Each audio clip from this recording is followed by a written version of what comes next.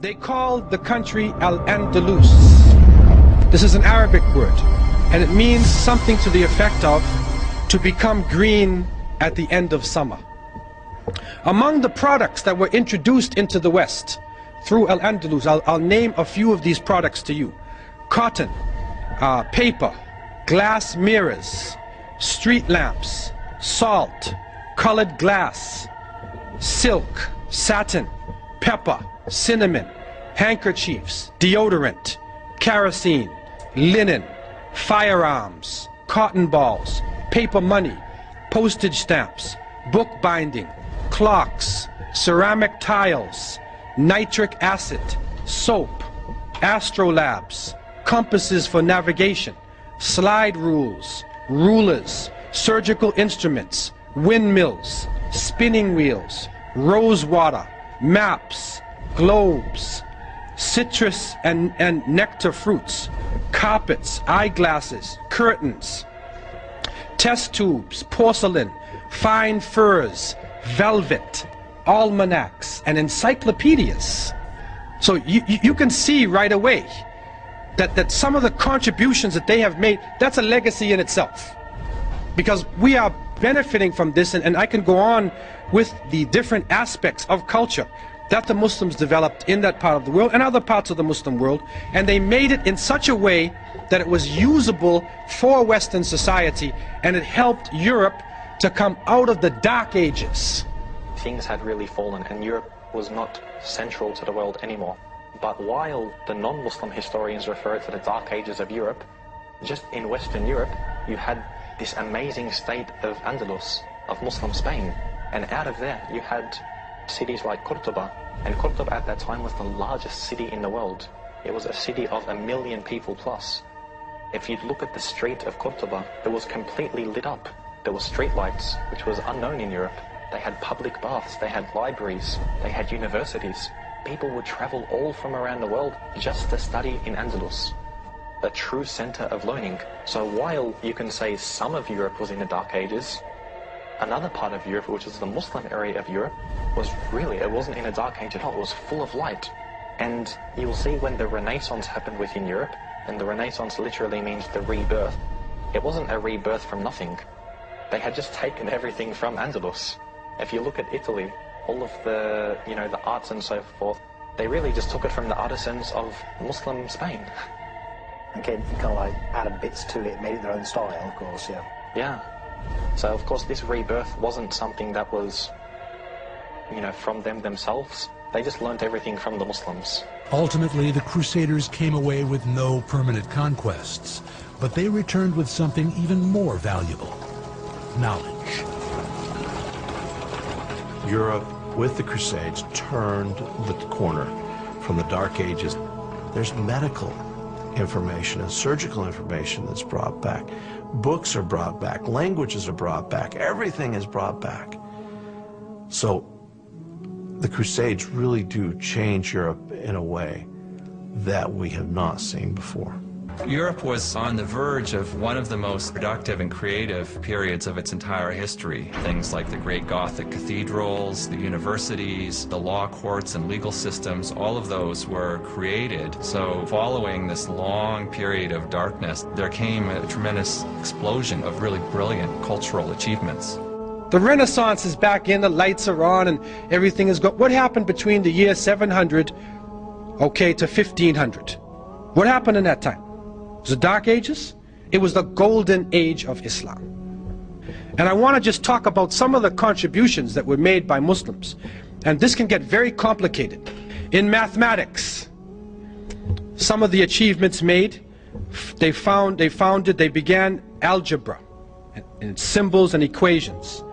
Developed Arabic numerals, Sifr, 0, Arabic numeral system. They established a logarithm. They founded the general formula for solving third-degree equations. They founded trigonomic ratios, formulas, and equations.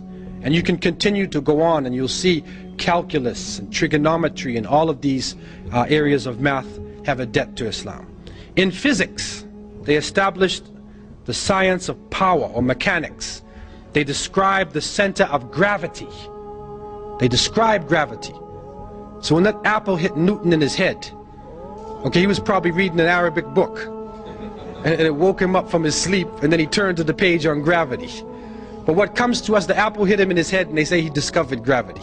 Muslims had described gravity in details long before Isaac Newton.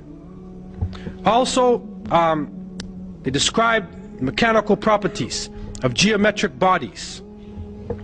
They developed the hydrometer, aerometer, the lever, balance, scale. They measured specific gravity of different substances, invented the pendulum, the spring and wall clock. Also, you find in chemistry, they introduced atomic theory of matter. They developed processes of evaporation, sublimation, crystallization, distillation, filtration, pigmentation, melting. They introduced methods of steel making, metalwork. They developed procedures for dyeing of cloths and textiles. They established preparation methods of chemicals, sulfuric, nitric and hydrochloric acids, ammonium chloride, silver nitrate, mercuric oxide, chloride, sulfide, sodium. They developed chemical processes and methods for manufacturing of glass, soaps, perfumes, resins, oils, paints, paper, sugar, gunpowder. They introduced the uses of jars and flasks, scales and tubes, and you can go on in terms of the things they were introducing. In astronomy, they developed astrolabes and sextants, prepared star catalogs and tables of planetary motion, named over 200 stars with Arabic names. They proved the Earth as a spherical shape.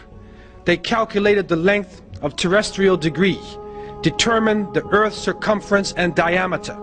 They measured solar inclination angle. They charted the positions and orbits of stars and planets.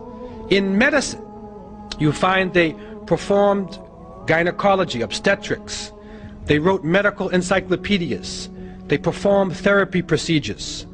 They prepared mercury ointment. They discovered a blood circulation and described the pulmonary circulation and the function of lungs.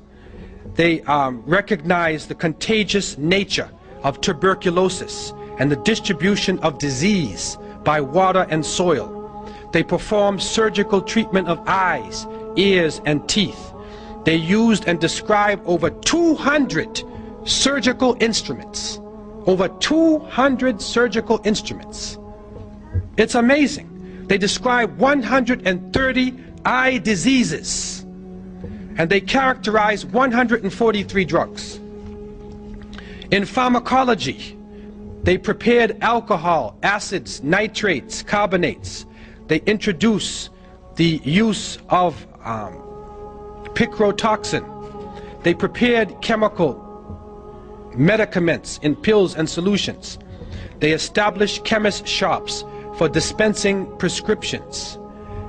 They introduced to Europe quite a number of medicines and herbs which betray their Arabic name. Al-Kanna, alcohol, alcohol. Alcohol is Arabic word. Al-Kali, alfalfa, camphor, cotton, hakim, jasmine, saffron, etc.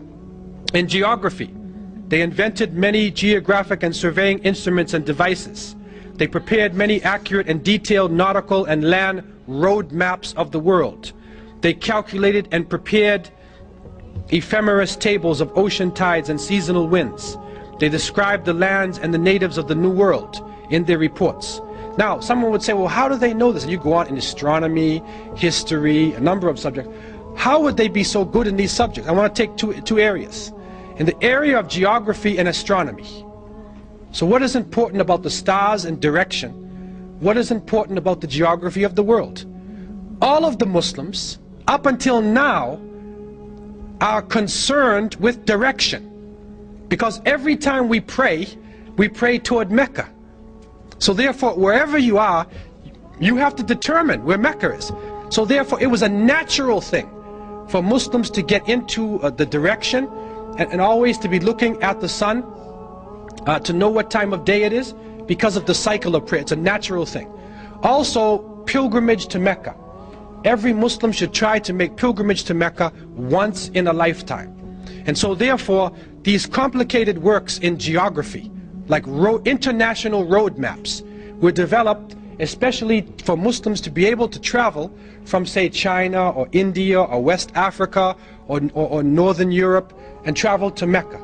Getting back to Spain now, we find that they were able to, for instance, take water and bring the water down from a mountain using aqueducts, using canals, and canal it all through the cities so that every house had access to running water.